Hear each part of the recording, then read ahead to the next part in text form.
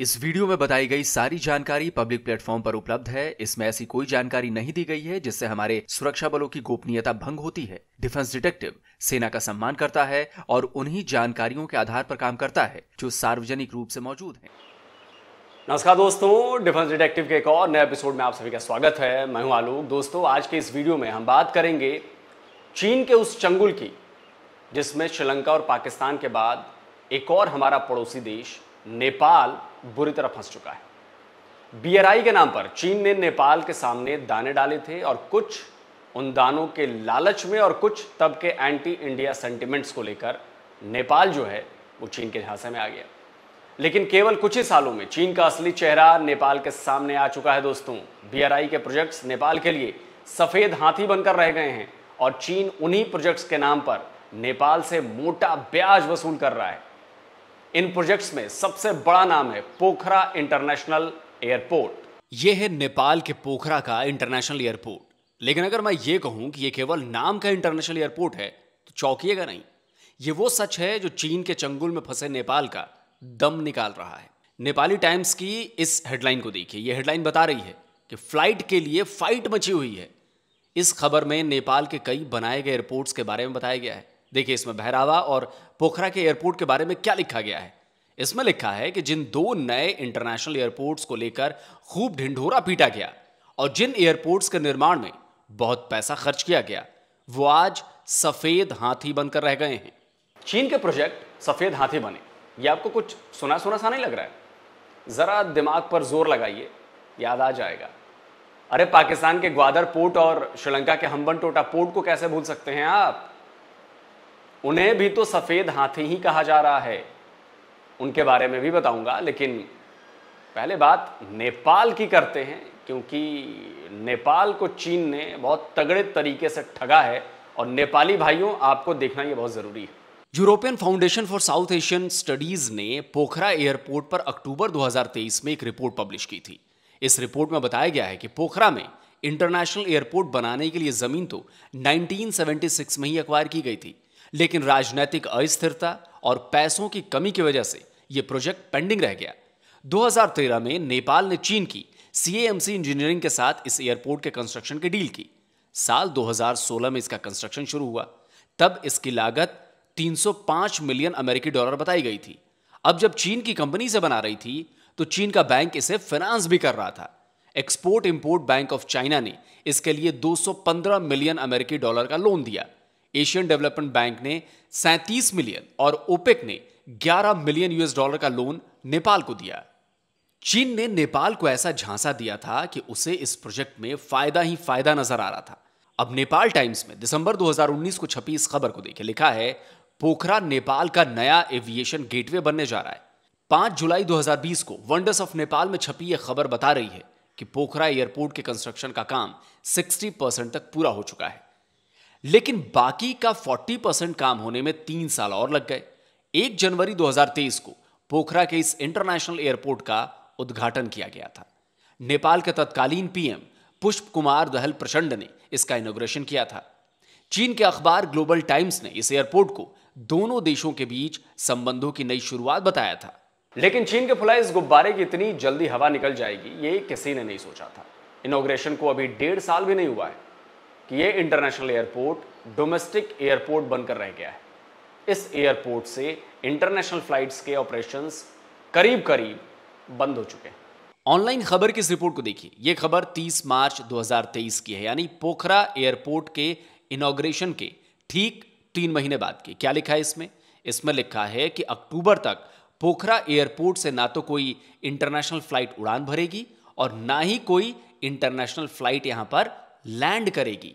और यह नेपाल की सिविल एविएशन अथॉरिटी ने अपने फ्लाइट शेड्यूल में बताया था। वहीं काठमांडू एयरपोर्ट से इंटरनेशनल फ्लाइट्स का ऑपरेशन पहले की तरह जारी था। नेपाल लाइव टुडे की खबर 17 फरवरी 2023 की है। यह खबर भी सवाल उठा रही है कि पोखरा एयरपोर्ट से इंटरनेशनल फ्लाइट्स ऑपरेट क्यों नहीं की जा रही हैं। इस खबर में तो बताया गया है कि उद्घाटन के बाद से ही पोखरा एयरपोर्ट पर एक भी इंटरनेशनल फ्लाइट ऑपरेट नहीं की गई। तो इसका मतलब यह हुआ कि जनवरी से अक्टूबर 2023 तक तो पोखरा में ना तो एक भी इंटरनेशनल फ्लाइट ने लैंड किया और ना ही टेक ऑफ किया। यह नेपाल के लिए बहुत बड़ा झटका साबित हुआ। इंटरनेशनल एयरपोर्ट के बनने के साथ ही पोखरा और आसपास के इलाकों में बड़े पैमाने पर होटल्स, गेस्ट हाउसेज, रेस्टोरेंट्स और दूसरी इम्यूनिटीज डेवलप की गई थी। लोगों ने सोचा था कि ये जो एयरपोर्ट है, इंटरनेशनल एयरपोर्ट है, ये उनके लिए फ़ायदा लेकर आएगा, उनकी कमाई बढ़ेगी, और इसी वजह से उन्होंने अपनी मोटी पूंजी इसमें इन्वेस्ट कर दी। लेकिन अब वो पूरी तरह से मायूस हो चुके हैं, उनकी इन्वेस्टमेंट डूब चुकी है। माई रिपब्लिका की इस खबर को देखिए। ये इसी साल 2 जनवरी की खबर है, यानी कहीं तो पोखरा इंटरनेशनल एयरपोर्ट के उद्घाटन के ठीक 1 साल बाद की। यह खबर बता रही है कि इस 1 साल में पोखरा इंटरनेशनल एयरपोर्ट पर केवल 7 इंटरनेशनल फ्लाइट्स ऑपरेट हुई हैं। आप जानकर हैरान रह जाएंगे कि इन 7 इंटरनेशनल फ्लाइट्स में भी ज्यादातर चीन की थी। खबर बता रही है कि पोखरा आई पहली इंटरनेशनल फ्लाइट 18 जून 2023 को लैंड हुई। ये चीन के चेंगदू से 84 चाइनीज पैसेंजर्स को लेकर आई थी, जो पोखरा के पास फेवा लेक में होने वाले नाले ड्रैगन बोट रेस में हिस्सा लेने आए थे। दूसरी फ्लाइट 8 सितंबर को भूटान के पारो इंटरनेशनल एयरपोर्ट से आई थी। यह पोखरा इंटरनेशनल एयरपोर्ट आने वाली पहली इंटरनेशनल कमर्शियल फ्लाइट थी। तीसरी फ्लाइट 8 नवंबर को चीन से आई। इसमें भूकंप पीड़ितों के लिए राहत सामग्री भेजी गई थी। चौथी फ्लाइट 23 नवंबर को हिमालयन एयरलाइंस की आई थी। यह फ्लाइट भी चीन से एथलीट्स को लेकर पोखरा आई थी। इसके अलावा 10 नवंबर को हिमालयन एयरलाइंस का ही प्लेन यहां लैंड हुआ था, लेकिन वो डोमेस्टिक पैसेंजर्स को लेकर आया था। इसके अलावा कुछ कार्गो प्लेन्स इस एयरपोर्ट पर आए। अभी की बात कर लेते हैं। यह फ्लाइट रडार वेबसाइट का डेटा है। आप भी इस वेबसाइट को चेक कर सकते हैं। इसमें एयरपोर्ट पर आने और जाने वाली फ्लाइट्स की डिटेल है। अब यह PKR पोखरा एयरपोर्ट का कोड है। इसमें एक भी फ्लाइट आपको इंटरनेशनल नहीं मिलेगी। हर आने जाने वाली फ्लाइट काठमांडू से ही ऑपरेट हो रही है, यानी ये सारी फ्लाइट्स डोमेस्टिक फ्लाइट्स हैं। तो ये सफेद हाथी हुआ ना। अरबों खरबों के खर्च से चीन ने इतना बड़ा एयरपोर्ट तो बनाया और इंटरनेशनल फ्लाइट्स के नाम पर वहां कबूतर उड़ रहे हैं। तो ये है नेपाल को चीन का चूना। लेकिन ये चूना सिर्फ इतने तक ही सीमित नहीं है। अभी तो इस एयरपोर्ट के पीछे की और भी कहानी है। अमेरिकी अखबार द न्यूयॉर्क टाइम्स ने अक्टूबर 2023 को पोखरा एयरपोर्ट को लेकर अपनी एक रिपोर्ट पब्लिश की थी। इस रिपोर्ट में एयरपोर्ट कंस्ट्रक्शन की लागत और लोन पर सवाल उठाए गए थे। इस रिपोर्ट में बताया गया कि चीन के बैंक ने नेपाल को $216 मिलियन लोन के तौर पर दिए थे। नेपाल ने चीन की ही कंपनी CAMC इंजीनियरिंग से एयरपोर्ट बनवाया, लेकिन यह एयरपोर्ट इंटरनेशनल फ्लाइट्स को अपनी तरफ खींचने में नाकाम साबित हुआ। अब जब एयरपोर्ट से कमाई हो नहीं रही है, तो भला चीन के पैसे नेपाल चुकाएगा कैसे? तो नेपाल ने चीन से रिक्वेस्ट की कि वो लोन को ग्रांट में बदल दे, ताकि उसका $216 मिलियन का पहाड़ जैसे लोन का भार कम हो जाए। लेकिन चीन ने इससे साफ इनकार कर दिया। और तो और, न्यूयॉर्क टाइम्स के मुताबिक नेपाल ने एयरपोर्ट के कंस्ट्रक्शन की गुणवत्ता पर जोर दिया, तो चीन की कंपनी CAMC ने कंस्ट्रक्शन कॉस्ट भी बढ़ा दिया। न्यूयॉर्क टाइम्स की इस खबर के बाद जब नेपाल की एजेंसीज ने पोखरा में सिविल एविएशन अथॉरिटी के ऑफिस पर छापा मारा था, तब कई दस्तावेज जब्त किए थे। नेपाल के एंटी करप्शन डिपार्टमेंट ने फॉर्मर गवर्नमेंट के कई मिनिस्टर्स के खिलाफ केस रजिस्टर किया था। इसी खबर के बाद नेपाल के ई-टर्बो न्यूज ने 1 दिसंबर 2023 को आर्टिकल पब्लिश किया था। लिखा था, नेपाल का टूरिज्म चीन के स्कैम में फंस चुका है। वॉइस ऑफ अमेरिका की यह खबर इसी साल 21 मार्च की है। इसमें भी पोखरा एयरपोर्ट के डेट ट्रैप पर नेपाल की चिंता की खबर बनाई गई है। जापान फॉरवर्ड भी नेपाल के चीनी डेट ट्रैप में फंसने की खबर बना रहा है। पोखरा एयरपोर्ट के कंस्ट्रक्शन के करप्शन को लेकर एक ऑनलाइन खबर में एक रिपोर्ट फरवरी 2024 को पब्लिश की गई थी। इसमें बताया गया है कि चीनी कंपनी ने कैसे एयरपोर्ट कंस्ट्रक्शन की शर्तों को अपने फायदे के लिए तोड़ा और अपने हिसाब से काम किया। देखिए, रिपोर्ट बता रही है कि नेपाल के सिविल एविएशन अथॉरिटी और चीनी कंपनी CAMC के बीच हुई डील में तय हुआ था कि एयरपोर्ट के निर्माण के लिए चीन की कंपनी प्रोजेक्ट साइट से 5 किलोमीटर दूर से मिट्टी लाएगी, ताकि प्रोजेक्ट साइट की हाइट मौजूदा लेवल से और ऊपर हो जाएगी। लेकिन चीनी कंपनी ने उसी साइट से मिट्टी काटकर निर्माण कार्यों में इस्तेमाल कर लिया। और तो और, 80 मिलियन का खर्च मिट्टी के ट्रांसपोर्टेशन का भी लगा दिया।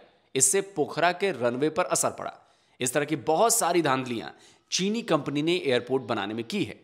इसमें से एक फॉरेन एक्सचेंज का भी मामला है। 2016 में जब नेपाल ने चीन के साथ एयरपोर्ट निर्माण की डील की थी, तब डॉलर का रेट 82 रुपया था और लागत उसी हिसाब से तय हुई थी। लेकिन अभी जबकि एयरपोर्ट का सारा काम पूरा भी नहीं हुआ है, डॉलर 132 रुपए का हो चुका है और चीन की कंपनी पेमेंट जो है वो अभी के रेट पर मांग रही है। अब इस एयरपोर्ट को लेकर हुआ एक नया डेवलपमेंट बताता हूं मैं आपको। चीन को लगता है कि नेपाल किसी भी तरह से उस पर उंगली ना उठाए, उसके कामों पर सवाल न पूछे, उसकी मनमर्जी पर रोक टोक ना करे। अब नेपाल गवर्नमेंट तो अपने हिसाब से एयरपोर्ट के कंस्ट्रक्शन की जांच पड़ताल कर ही रही है, लेकिन नेपाल के कई जर्नलिस्ट चीन के डेथ ट्रैप को लेकर लगातार निशाना साध रहे हैं और इससे चीन भड़क उठा है। ये हैं नेपाल के वरिष्ठ पत्रकार गजेंद्र बुद्धथोकी। गजेंद्र टक्सार न्यूज के एडिटर हैं। गजेंद्र ने अपने एक्स हैंडल, जिसे हम पहले ट्विटर के नाम से जानते थे, उस पर आरोप लगाया कि पोखरा एयरपोर्ट के कंस्ट्रक्शन के लिए दिए गए लोन का रेट 2% से बढ़ाकर 5% कर दिया गया है। अब इस पर नेपाल में चीन के एम्बेसडर का जवाब देखिए।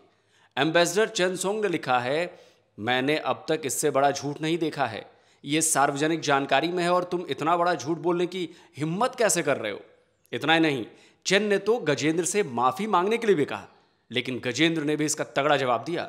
उन्होंने लिखा कि मिस्टर चेन अपनी सीमाओं में रहे, मेरे पास नेपाल गवर्नमेंट से हासिल किए हुए सबूत हैं।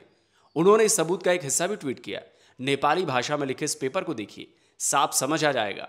लिखा है, पोखरा अंतर्राष्ट्रीय विमानस्थल निर्माण के लिए नेपाल सरकार को चीन के एक्सिम बैंक ने 1 अरब 37 करोड़ 87 लाख येन का लोन 5% के ब्याज पर दिया है। गजेंद्र और चेन सोंग के बीच सोशल मीडिया पर हुई यह झड़प कई अखबारों की हेडलाइन बन गई। यानी 2% का लोन 5% हो गया, 82 रुपए का डॉलर 132 रुपए का हो गया। इंटरनेशनल एयरपोर्ट के कंस्ट्रक्शन में धांधली की गई और वहां एक भी इंटरनेशनल फ्लाइट न तो आ रही है और ना ही जा रही है। यानी चीन ने नेपाल को कस के चूना लगाया है और चोरी के बाद सीनाजोरी भी ऐसी कि सवाल उठाने वाले पत्रकारों तक को धमकाया जा रहा है और वो भी सीधे एम्बेसडर के द्वारा। सोचिए, अब ये तो होना ही था। दुनिया ने देखा है कि चीन ने इसी तरह श्रीलंका को झाड़ पर चढ़ाकर हम्बन टोटा प्रोजेक्ट शुरू करने का झांसा दिया, फिर खुद उसे बनाया और जब पोर्ट नाकाम साबित हुआ और श्रीलंका उसका लोन चुका नहीं पाया तो उसने पोर्ट पर कब्जा कर लिया। पाकिस्तान के ग्वादर पोर्ट पर पिछले साल केवल 17 जहाज आए थे। ग्वादर का हाल भी खस्ता हो चुका है और अब नेपाल के पोखरा एयरपोर्ट का भी वही हाल है। आपको याद होगा कि चीन ने भारत को भी BRI में शामिल होने का ऑफर दिया था, लेकिन भारत चीन की चालाकियों को लेकर पहले ही सतर्क था। उसने इससे साफ इनकार कर दिया था। अब जो देश चीन की इस चाल में फंसे हैं, उन सबको अपना अंजाम किसी न किसी तरह से भुगतना पड़ रहा है। तो दोस्तों, आपको ये वीडियो कैसा लगा कमेंट करिए, अपनी राय जरूर बताइए और जिन दोस्तों ने अभी तक डिफेंस डिटेक्टिव चैनल को सब्सक्राइब नहीं किया है, भैया आपसे आग्रह है, अनुरोध है, चैनल को सब्सक्राइब करिए और साथ ही साथ बेल आइकॉन जरूर दबाइए, जिससे आपको हमारे द्वारा अपलोड किए गए हर नए वीडियो की नोटिफिकेशन मिलती रहे। और साथ ही इस वीडियो को ज़्यादा से ज़्यादा शेयर करिए, ज़्यादा से ज़्यादा लाइक कीजिए, ताकि नेपाल को भी तो पता चले, इस देश में रहने वाले लोगों को भी तो पता चले कि चीन ने किस तरह से नेपाल को चूना लगाया, लूट लिया है। बेचारे हजारों नेपाली भाइयों की जमा पूंजी, मोटी पूंजी डुबो दी है। जल्दी मिलता हूं एक और नए वीडियो के साथ। नमस्कार, जय हिंद।